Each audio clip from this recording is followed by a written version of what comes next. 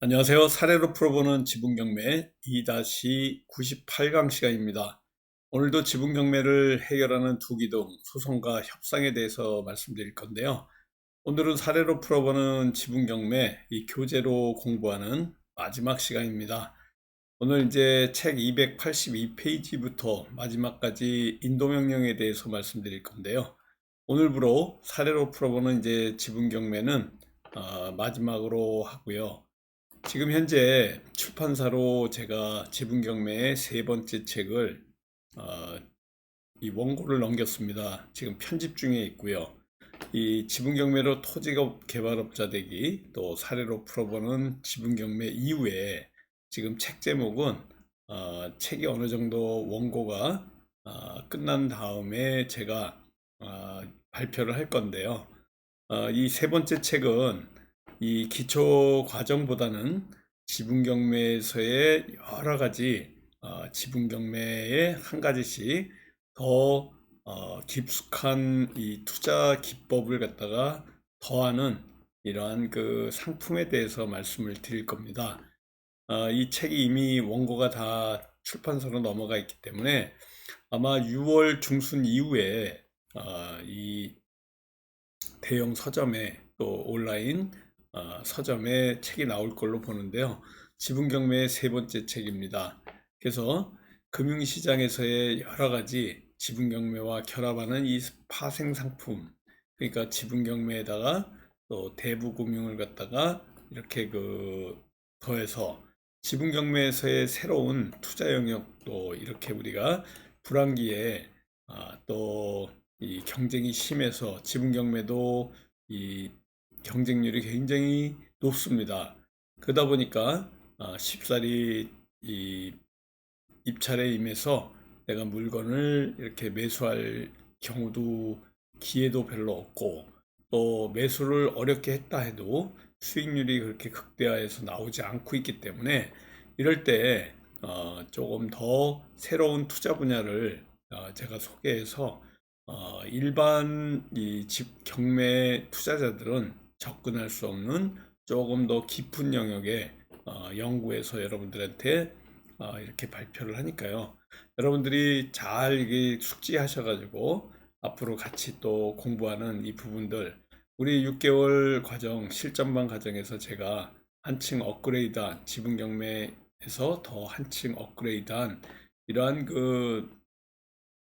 근저당권 매매라든가 지분 경매를 매수해서 일반 매매에서 말씀드리는 거예요. 거기서 또 대부를 일으켜서 여기서 또 수익을 한층 업그레이드 시킬 수 있는 이러한 방법들 많이 책에 제시해 놨습니다. 여러분들이 같이 공부할 수 있는 이런 기회가 있는데요. 아마 6월 중순 이후로 책이 나올 거다 이렇게 보시면 되고요. 지분 경매 관련해 가지고 지분 경매 잔금 낙찰과 관련해서 어떻게 이러한 부분에서 지분 경매 낙찰받은 투자자들이 또 더 큰 이 투자 영역으로 나갈지 지분 경매 경락자금 대출과 관련된 이러한 내용까지 같이 할 수 있는 시간이다 이렇게 보시면 될 것 같습니다. 제가 말씀드린 이 지분경매 소송 협상과 관련된 이 프로젝트 실전반 과정 6개월 과정인데요. 매주 수요일 날 저녁 7시부터 9시까지 서울 교대역 학원에서 6개월 과정으로 있습니다. 요번 제가 지금 현재 LA에 있는데 요번 주에 이제 한국에 갑니다. 그래서 5월 10일 날 수요일 날이죠. 이날 다시 이제 그 실전반이 시작이 됩니다. 실전반은 입학하는 날이 개강하는 날이 따로 있는 게 아니고요. 수시로 등록이 가능하니까 여러분들 5월 10일 날 혹시 이 실전반 과정에 궁금하신 분들 하루 무료 청강을 신청하시면 우리 홍범기 사무총장님한테 등록하셔가지고 오셔서 들어보시기 바라겠습니다. 완전히 특수한 지분 경매에 관련된 아주 깊은 내용들 같이 공부하고 있습니다. 소송 없이 해결하는 협상 기술이라든가 나홀로 소송할 수 있는 이러한 셀프 소송 기법들 우리 홍범기 사무총장님 전화번호 010-6889-9074번으로 문의하셔서 등록하고 5월 10일 수요일 날 오시면 될 것 같은데요. 교대역 13번, 교대역 1번 출구 근처에 있는 우리 학원으로 오시면 됩니다. 자, 그러면은 여러분들하고 또 그 사례로 풀어보는 이 지분 경매 282페이지인데요. 이제 오늘까지 하면 이 사례로 풀어보는 지분 경매 교재가 이제 끝납니다. 그 책이 나올 때까지는요, 실전반에서 했던 사례들을 갖고 여러분들하고 더 깊은 공부들 할 수 있는 기회를 여러분들하고 같이 또 마련해 보도록 하겠습니다. 타 공유자가 낙찰받은 지분 물건에 점유하고 살고 있는 경우, 이런 경우가 이제 아파트라든가 다세대 주택의 일부 지분이 나왔을 때 이런 경우가 굉장히 많은데, 이 채무자, 그러니까 경매를 당한 채무자 말고 타 공유자, 그러니까 지분 경매에서의 나하고 같이 이제 앞으로 같이 지분을 보유하고 있을 타 공유자가 낙찰받은 지분 물건에 점유하고 살고 있는 아파트라든가 다세대 주택에 이렇게 살고 있을 때 부당이득이 발생할 수 있고요. 부당이득이 발생하는 경우 이제 부동산 가압류를 이렇게 하는 경우도 있습니다. 그래서 내용 증명을 통해 가지고 이 점유하고 살고 있는 이런 부분들, 또 점유하는 이 채무자라든가 다 공유자들한테 퇴거할 것을 명하는 인도명령을 신청할 수도 있고, 또 하나가 가압류 신청할 수 있고, 또 하나가 부당이득금 반환 청구 소송을 제기할 수 있는 이 세 가지가 있는데요. 오늘은 인도명령에 관련된 이런 신청을 할 수 있는 경우에 관련해서 어떤 경우에 타 공유자가 살고 있는 경우도 그렇고요. 타 공유자가 도장을 찍어줘서 또 임차인이 이 타 공유자 내가 낙찰받은 물건에 점유하고 살고 있는 경우에 인도명령이 과연 되는지, 인도명령은 어떻게 신청해야 되는지에 관련해서 같이 살펴보도록 하겠습니다. 우선 임차인이 대항력 있는 임차인, 또 후순위 임차인이 있는 경우가 있겠죠. 대항력 있는 임차인은 이제 그 임차 보증금을 물어줘야 되는 거고, 후순위 임차인 같은 경우에는 이제 그 임차 보증금에 관련해서 굉장히 좀 불안한 지위에 있는 거죠. 그래서 낙찰받은 지분이 2분의 1 미만 소수 지분일 경우, 또 2분의 1 이상인 경우에 이렇게 생각해야 되는데요.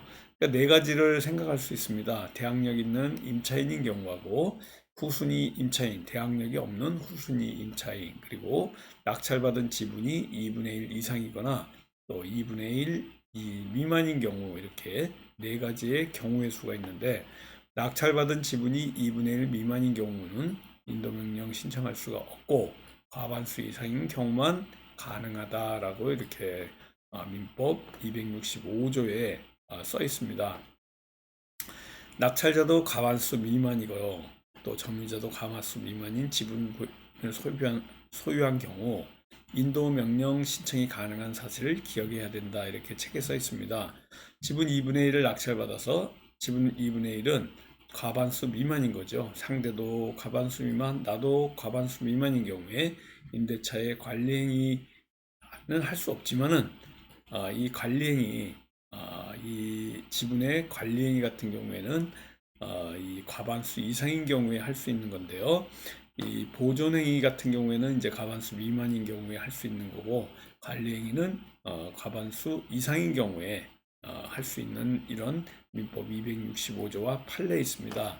그래서 임차인과 관련해 가지고는요, 여기 보여드리는 것 같이 관리행위와 보존행위 두 개를 기억하셔야 됩니다.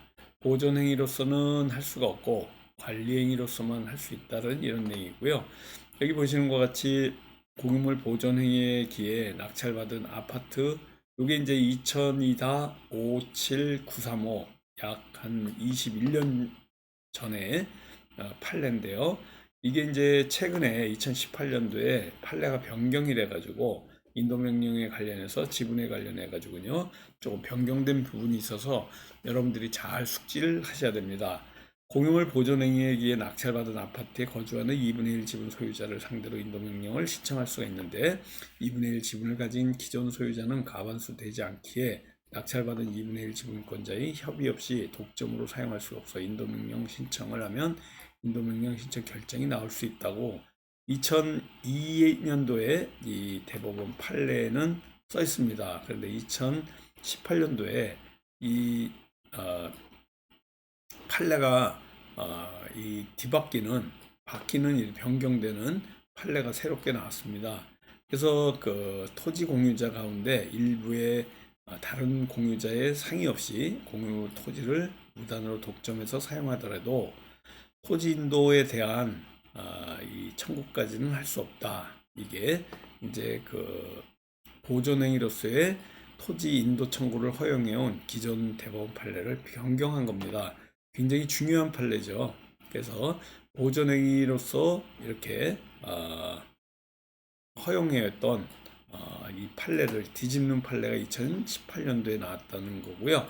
그래서 우리가 283페이지 이 사례로 풀어보는 지분경매 283페이지에 있는 이 판례를 잘 보시기 바라겠습니다. 부동산 인도명령을 신청한 경우인데요. 여기 보시는 것 같이 우리 실전반에 있는 제자가 이렇게 신청을 한 겁니다.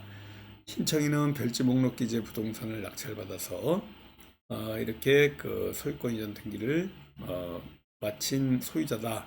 그런데 피신청인은 경매 개시 결정 이후에도 위 부동산에 전입해서 현재까지 위 부동산을 불법 점유하면서 신청인의 수차례에 걸친 인도 명도 요구에도 불구하고 전혀 이행하지 않고 있다. 이에 신청인은 부득이 피신청인을 상대로 이와 같은 결정을 구하고자 여기 보시는 것 같이 부동산 인도명령 신청을 하게 된 겁니다. 여기에 이제 채권자의 인도명령 신청에 법원에서 신문서를 타 공유자에게 보내서 점유 권원, 네가 어떤 그 권리로서 점유를 하고 있고 거기에 또 살게 된 네가 소유자가 아니기 때문에 계약서 서로 여기에 살 수 있는 권한을 갖고 있는 계약서 제출을 요구하는 이런 의견 질술 명령을 받았습니다. 그래서 피신청인이 이건 부동산에 전입한 사실도 없고 거주한 사실도 없는데 신청한 거다.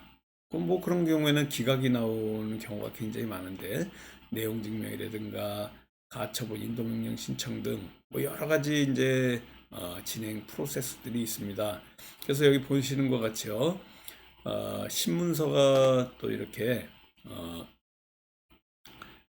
법원으로부터 명령이 나온 거예요. 그래서 이 판사 이름으로 나오게 된 건데 위 당사자 사이에 신청인으로부터의 별지 기재와 같이 부동산 인도명령 신청이 있으므로 피신청인은 점유권원을 밝히고 조금 전에 말씀드린 거죠. 점유권원과 또 이를 인정할 계약서를 제출하라는 판사의 신문 명령을 받은 거죠.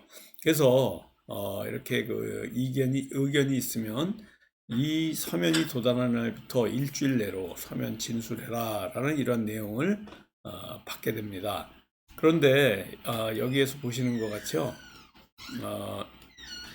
의견 진술서를 잠깐 보시면은 이 신문서에 대한 의견 진술입니다. 신청인은 이 건 부동산에 전입한 사실도 거주한 사실도 일체 없다. 그러니까 신청인이 지금 이 경우 같은 경우에는요, 피신청인이 저한테 이건 실전반 물건이 아니고요, 피신청인이 저한테 이렇게 그 문의를 하는 경우에요, 경매를 당했다 지금. 근데 경매에 투자한 이 신청인들이 내가 여기 전입한 사실도 없고 거주한 사실도 없는데 불구하고 부동산 인도명령을 이렇게 신청했으니 이거에 좀 대응할 수 있도록 좀 이렇게 좀 알려달라는 이런 내용들이 좀 저한테 문의가 와서 제가 알려줬더니 이러한 신문에 관련해 가지고 여기 보시는 것 같죠. 의견 진술서를 제출한 겁니다. 그래서 이 인도 명령이 기각이 난 사례거든요. 그래서 이 내용이 여기까지가 이제 우리 책에 지금 287페이지가 이제 이 사례로 풀어보는 지분경매 마지막 장이에요. 그래서 요 이견 진술서까지 여러분들하고 같이 공부하고 요번 2-98강을 마지막으로 해서 사례로 풀어보는 지분경매는 이제 마치도록 하겠습니다. 그 이후에 이제 저하고 세 번째 책 나오기 전까지는 실전반에서 했던 그 사안을 갖고 이제 공부할 거고요. 세 번째 책이 나오면 저와 함께 또 새로운 지분경매의 책, 세 번째 책을 갖고 같이 공부하도록 하겠습니다. 피신청인이 이권 부동산 지분을 경매로 소유권을 잃은 억울한 피해자다. 신청인은 의도적으로 피신청인의 지분 소유를 경매로 낙찰받아 사회상규에 위반되는 억지 주장으로 감정가보다 비싸게 임대료 지급을 요구하고 있다. 이권 부동산은 원래 피신청인의 망 부친 소유였는데 피신청인을 비롯한 형제자매 5명 지분을 경매 신청 채권자가 대의하여 경매 신청을 제기하여 피신청인은 법 절차를 몰라 공의자 우선 매수 신청을 못하였다. 신청인은 피신청인의 공의자 우선 매수 신청을 하지 않은 약점을 이용하여 피신청 지분을 경매로 낙찰받은과 동시에 토지 지분 임차료 청구는 물론 이권 인도명령 신청을 제기했다. 피신청은 정말 억울한 입장에서 이 처리해달라는 내용인데요. 결론적으로 얘기하면 이런 뒤의 얘기는 뭐 이 신문 의견 질서의 중요한 내용은 아니고요. 일단은 여기에 전입도 하지 않았고 거주한 사실도 없는데 부동산 인도명령을 신청하면요, 이건 기각이 나옵니다. 결론적으로 이 사건은요, 기각이 나왔던 사례인데 신청인이 이제 우리 제자가 아니고요, 오히려 피신청인이 우리 제자 분의 물건에 이런 일들이 일어난 겁니다. 시골집에. 그래서 이 신청인들이 경매는 배웠지만은 이 사람들이 전입한 사실인가 거주한 사실도 확인하지 않은 상태에서 이렇게 해가지고 여기 아까 보시는 것 같죠? 계약서하고 점유하고 있지 않다는 이러한 그 내용에 보시는 것 같이 부동산 인도명령 신청이 있는데 피신청인이 점유하는 이 권원이 어떤 이유로 점유를 하는지 밝히고 여기에 살고 있지 않고 빈 집입니다. 그리고 계약서를 제출하라 그러는데 계약서조차도 없고 점유하지도 않고 아무도 살고 있지 않은데 불구하고 이렇게 신청한 거예요.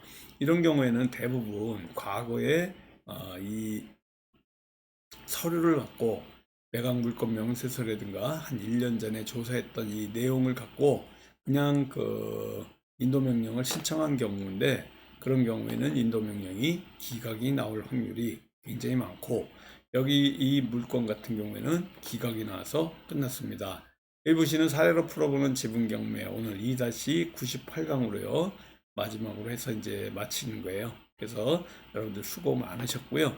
저와 함께 이제 세 번째 책 갖고 한 달 후부터는 공부할 거고요. 책이 나오기 전까지는 실전반에서 했던 실제 사례를 갖고 저와 함께 또 같이 공부해 나가도록 하겠습니다.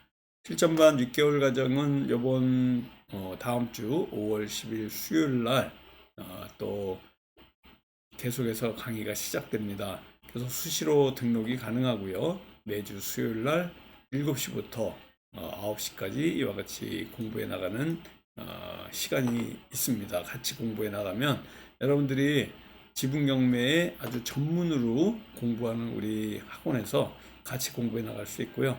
홍콩희 사무총장님하고 의논하셔서 등록에 관련해 가지고 서울 서초동 교대역 13번 출구 근처에서 같이 또 공부해 나갈 수 있는 시간입니다. 5월 10일 수요일 날 실전반 계속 진행이 되니까 수시로 등록 가능한 우리 이 실전반에서 같이 공부해 나가도록 하겠습니다. 감사합니다. 안녕히 계십시오.